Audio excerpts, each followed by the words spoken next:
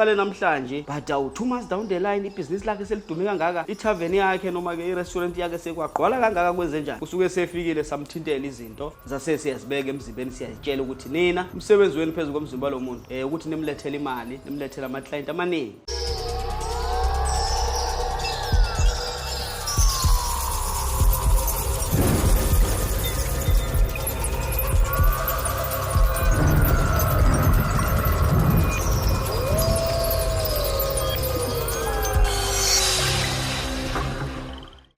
Sawubona mkhulu, ninjani? Sakamukela la ku-African Untold Stories. Ngabe umkhulu ba?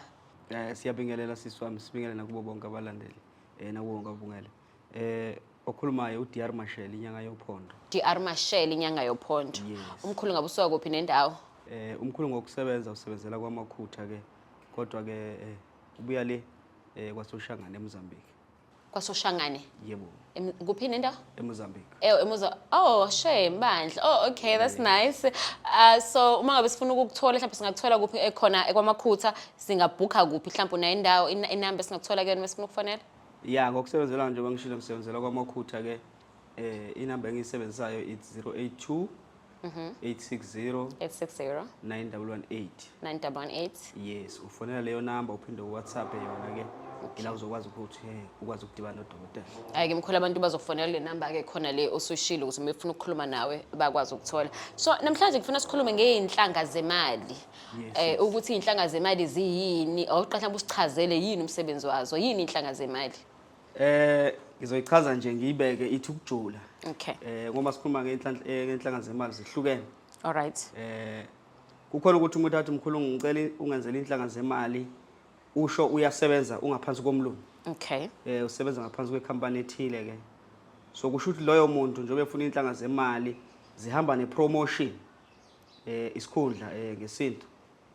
So kufuna ukuthi mabe emkhuphula emsebenzini ke bese ke bathi ukuyikhuphula nemali. So loyo muntu uphatha inkukhu, sifike ke bese ke siyamgeza, sisuze whatever amathuza akhona, bese ke kube uye nje nedlozi lakhe. Bese simfaka lezi inhlanga zemali. Okay. 2 asikwazi ukuthi ke masizokwenzela uhlanga lemali ke kufuna yona imali sifake. So siyoqoqa yonke imali eyephephe khona eSouth Africa. Sigaye sishise bese ke sidibanisa namadoda athile ke nemithi ethile bese sikugaya sikwazi ukuthi sikugcabe emzimbeni. Okay. Yeah. So kusoku umuntu lo ngaphansi komlungu. Yeah, lo lapho sikhuluma ngomuntu ongaphansi komlungu. Okay. So if uthi benginamabhizinisi ngiyakwazi futhi ngithi ngenza inhlanga zemali ngiyayisebenza. Mawona amabhizinisi ibona impela labo sibafuna. Ungibuke mkhulu, yangisaba yini? Ilabo sibafuna. Mina ukufakela inhlanga. Hlezi sisebenza ngabo abantu khuleka.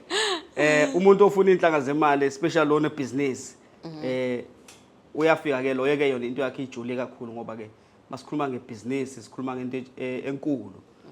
Naye futhi njobe esukeze ethi mkhulu ngizokuphakamisa ngicela ke inhlanga zemali. Usuka efuna into enamandla kakhulu. So siyakwazi ukuthi ke mayifikile lo ufuna simthengise lento ngesixhosa kuthiwa igusha, iskapu, imvu. Simsebenze ngayo ke ngoba khona into ezithile, amathamba athile lapha kule yamvu nolimlayo ke bayazi abanye nobuchopho bakhona ke bese siyabukhipha sikushise sikugaye sikwazi ke ukuthi ke sikusebenze kuze ukwazi ukuphakama noma ngabe yipi business inhlobo le business onalo likwazi ukuthi liphakame libe nabantu abaningi liphakame laziwe uma ngalo ukuthi lo muntu siyamazi uqale namhlanje but 2 months down the line ibhizinisi lakhe selidume kangaka ithaveni yakhe noma ke irestaurant yakhe sekwagqwala kangaka kwenze njani. Usuke sefikile samthintela izinto zase siyazibeka emzimbeni, siyazitshela ukuthi nina umsebenzi wenu phezulu komzimba lo muntu ukuthi nimlethele imali, nimlethele ama client amaningi. Bonke abantu adibana nabo akumeke sure ukuthi ke abantu abazomlethela imali, abazomupha imali. So leza inhlanga izona ezenza ukuthi ke zi-attract abantu abazofaka imali ebhizinisini lakho. Kungaba ama client, kungaba abantu nje obaziyo. Chamuka umuntu athi mfowethu ngiyabona wenza ibhizinisi lakho le right, bengicela ukuxhasa nami ke nali million. Bengicela ke ukuthi mfowethu sizoyenza ama event la kwakho, yabona? Iyacala imali iyangena ke ileza inhlanga. Oh, mangabe ngingenza ibhizinisi ngisho le inhlanga sizilethe indoda enemali ngiphi million.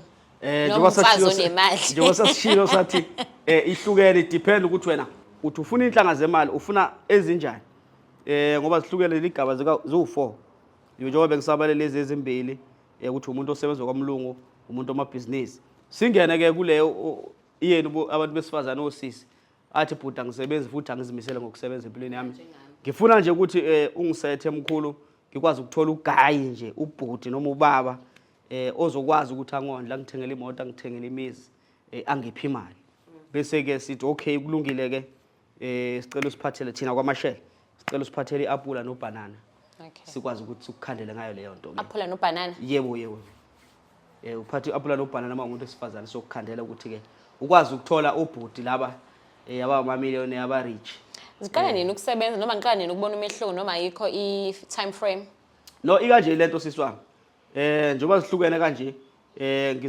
okay angiqalela ngigcine khona le abantu besifazane ngimnikeza 7 days umuntu ngimenze manje ukuthi ke kulo 7 days ngunikeza lo muthi lo uzobugeza ngawo uqhuma ngawo ukhulumise ke ngosuku lesi8 ngifuna ngipha ama results so kuzomela ngiphume ngiqalaze nami noma ngihlele lutho khululeka ayibo uzobona kanjani umuntu ngihlalele endlini hayi ikhona indlela ezenzeka ngayo ungakhathazeki come on umuthi wona owaziyo ikhona indlela ezenzeka ngayo ngingaze ngiphume nje endlini khululeka ingane wena nje umuhlela ngithi una i-social media oh yeah do mhlawumbe umoya uzovela athi eish yazi ngiyakubona la sisi manje ngicela ukuthi ke sithi ukuthi ile yanto ke siyenzile okay so le inhlanga zemali mhlambe zinaso isikhathi ukuthi ziya expire ke manje kufanele ngiphinde ngibuyele kuwena mkhulu regardless ukuthi bengumuntu osebenza noma ungasebenzi ukuthi bengizifonela ini no as expire yilezi abantu besifazane nalezi umuntu osebenza komlungu lezi business as expire once off nje yeah once off ngoba suka siyibeke ngemvu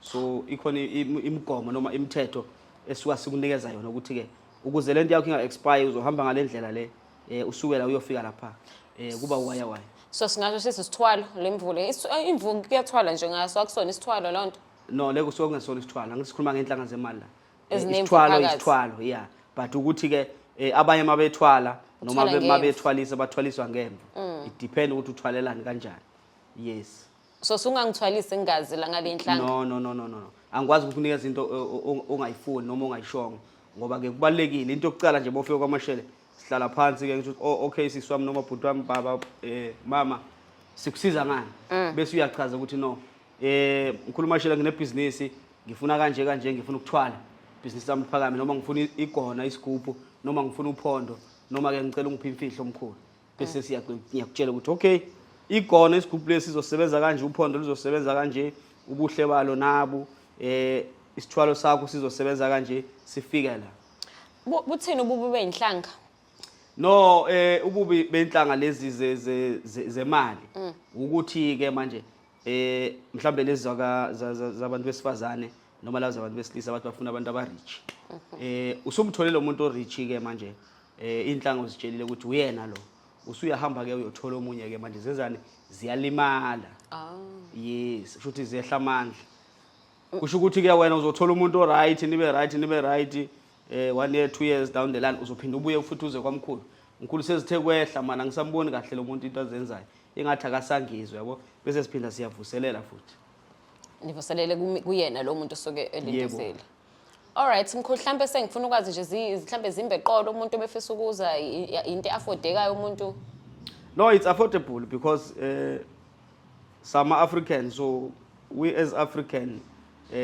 sakhula thina sazi ukuthi ke umuntu mayenganalutho uyamsiza ngoba naye kusasa uzokusiza izandla ziyagezana so kwenzeka ufike ke lapha kwaMashele for example mhlawumbe bathi baMashele ukwenza inhlanga zemali u2 kanti wena uphethe ishumi ngeke ngikujikise ngoba kusho ukuthi awunayo imali uxakekile udinga yona imali okay so ngingafika ngithi yazini mkhulu anginayo imali bese ngithoile lento e-millionaire ngiyabuya uzonginikeza uzobuya phela ngoba ungabuye ngizokhuluma lapha emadodeni ngisho ukuthi khona umuntu ohamba namalele ekhaya akafuna ukuyibuyisa kukhona ngingafisa uku-edda ngale inhlanga le mhlawumbe singazange sikwazi ukuthi sikubuze ofisa ukuthi abalandeli amakhasimende apotential angeza kuwena kwazi nabantu ababukele lo hlelo lwethu no into efuna abantu bayazi ukuthi ke inhlanga lezi zemali ke awuzithatha ungazi ukuthi ufuna empilweni number 2 akuyona into ozothi masuyithathile ke bese uhamba udlala ngayo ngoba ke ikhona imigomo noma imithetho kufanele ngikunikeze yona. But ke zinobuhle azinabo ubungozi. Okay. Mkhulu siyathokoza ukuthi sikubone ufika kule ndawo yethu. Sinethemba ukuthi ke sizokwazi ukuthi sikufonele usizeke ngeinhlanga lezo zemali ngoba cha imali yona edingakalayo. Kambe uthi umkhulu utholakala kuphi kaMakhutha? Umkhulu utholakala lapha endaweni yaKwaMakhutha ko-14 lapha nje mawundlula eklinikhi yaKwaMakhutha ke. Kodwa umuntu ufuna ukubuza kabazi uzosifonela ku-082 860 9118. 9118. Yes, iyafoneleka iya WhatsApp nje ungafonela from ekuseni ngo6 until 9 ntambama. Hayi mkhulu siyathokoza.